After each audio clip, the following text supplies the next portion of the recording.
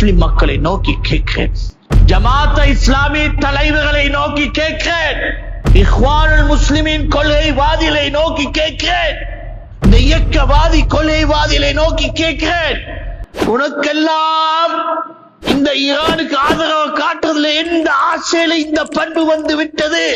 குர்ஆன நிராகரிப்பிலே உனக்கும் பங்குள்ளதா? சஹாபாவுடைய இழிவு காட்டுறது உனக்கும் பங்குள்ளதா? காபா ஷரீஃப்ல செஞ்ச அட்டஹாசத்துக்கும் உனக்கும் பங்குள்ளதா? இல்லவா?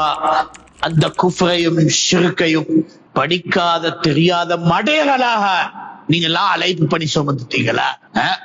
மௌதூதி பாகிஸ்தான் நாட்டிலே அலி ஹொமேனி வந்து இறங்கும் பொழுது மக்களை அமைத்து துவா கேட்டான், முஸ்லிம்களுக்கு ஒரு தலைவர் எல்லாம் அனுப்பிட்டான் என்று.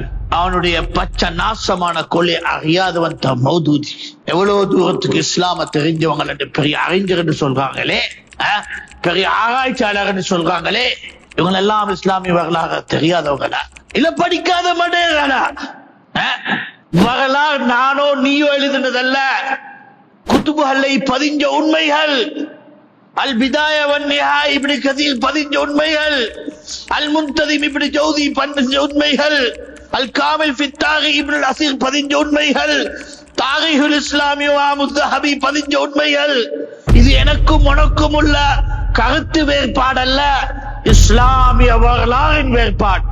இந்த மௌதூதி இந்த அத்தனை இஸ்லாமிய வரலாறை நிராகரிக்கிறானா இல்ல ஏற்றுக்கொள்கிறான் இல்லையா?